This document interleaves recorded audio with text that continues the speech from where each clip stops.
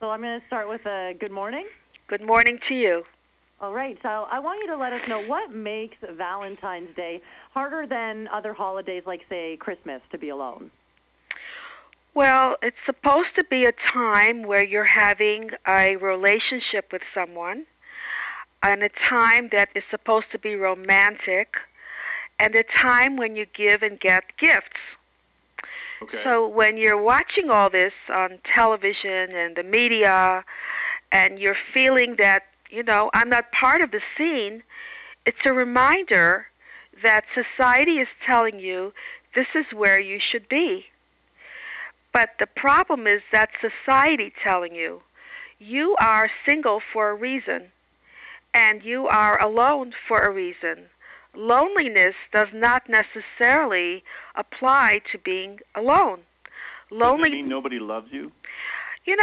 Love is something in the abstract. Love is what you give, you receive back.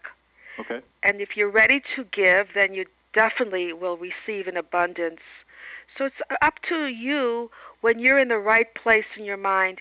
And that's why being with someone is not necessarily the best thing when you're not in the right place and you're not healthy to begin with, because loneliness is even worse when you're with the wrong person.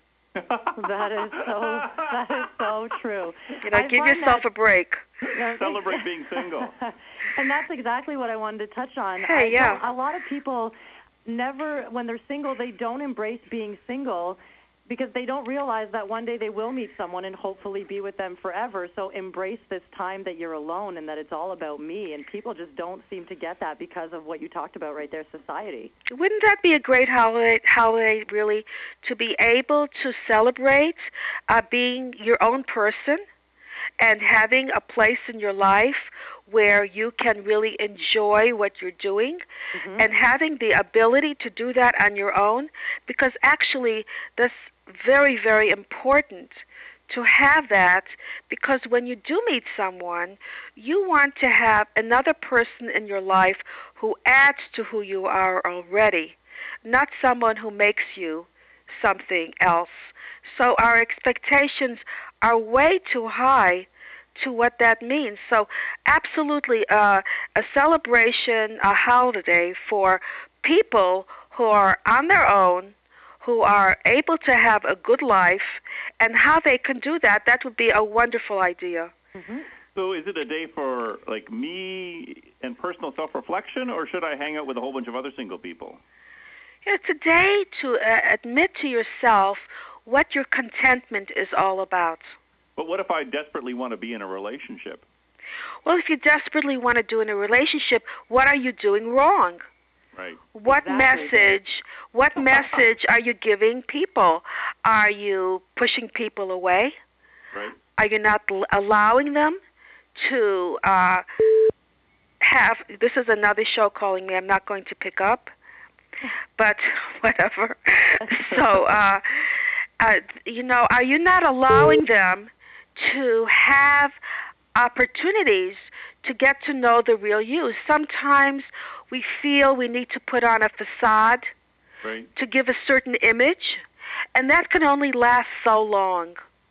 Okay. Sorry, go ahead. So when you're dating someone, don't try to be everything and all that and to have the best situation and the best time, because nobody can maintain that. When you're in a real relationship, all of you is expressed.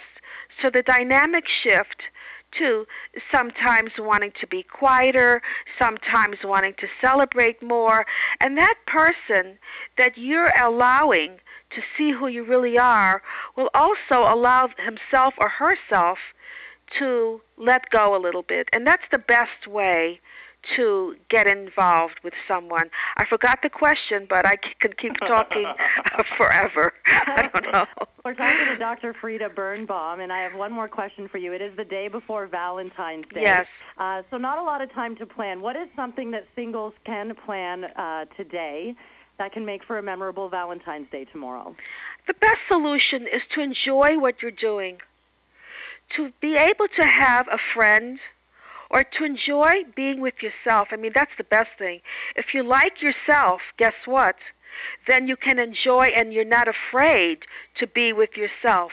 And whatever activity that is, if it's something physical, if it's going hiking, or if it's going somewhere, if it's seeing something, having an experience, whatever that is, with someone or without, with someone who's a platonic friend, someone who's just a friend of the same sex and just somebody you want to hang out with, it doesn't really matter. Because what's most important is being at peace with yourself. Having a relationship does not necessarily provide that, so there shouldn't be a rush, because then divorce will follow. And that's the worst pain, far worse than being on your own. Yeah, go get that cheap chocolate the next day and eat it all to yourself. You don't have to share it with anybody as well. As much as you want, and no one can say you're going to gain weight or whatever. No one can tell you anything. Yeah. Watch a good movie. And if you want to get into a relationship, what should you put in your Plenty of Fish profile? Well, you should be real. You should definitely not try to have a gimmick, because after all, people will eventually see you. You know, this virtual reality is just that. And the sad thing is, I'm choking, but the sad thing is, I'm sorry that we have... It's okay. No, we're recording. Okay, good. You can start it over again when you're ready. Well, you know, maybe I'm choking because what I'm going to say, I don't know, but whatever. Well, what should you put in your Plenty of Fish profile? What you should put in is basically the real truth about yourself. You should be able to feel comfortable with who you really are, because when you appreciate yourself, other people will appreciate you. A quick example, I have a patient who went out with someone, really looking forward to, and she was shorter and fatter and older than she said she was. He went into the men's room and never came back. Okay, that really happened. That really actually happened. You know, you can't make these things up. Wow. And that's painful to that person, but that's how disappointed he was. So you know what? Like-minded, meet like-minded. Why not attract someone that is going to be a fit for who you really are? So tell the truth about yourself. Do not say you're separated. Do not talk about your ex when you're on a date, because that means you're not over them, or complain, or give any negative vibes about yourself. Oh, people think I'm too moody, because right away you're saying I'm too moody. Yeah. And, you know, the antenna comes up. So don't treat your date as a therapist. Right. You know, they're not there to fix you. Don't get too comfortable with feeling that they understand you, because this is an interview. A relationship is one where you're seeking what the other person's going to give you, and vice versa. When you feel you're winning the prize, after a while you forget why you began this relationship to begin with, and then the relationship evolves into a deeper connection.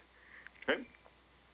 Good advice for Valentine's Day, Dr. Frieda Birnbaum. Thank you for talking to us. Happy Valentine's. Thanks, you Thank too. you. Bye-bye. Are you single, by the way? I've been married 40 years Yeah. to the same person. And is it boring? You know, a lot of people say to me, getting married, it seems so boring to be with the same person, but absolutely not, because you keep changing and evolving. And the important thing is whoever does has to bring the other person with them. But that's what it's about. It's about having excitement for yourself. And that's the only way you can have excitement in a marriage. Cool. Thank you very much. My pleasure. Hey, take care, Dr. Frieda. Be well. Take care. Bye-bye. Bye-bye. Bye.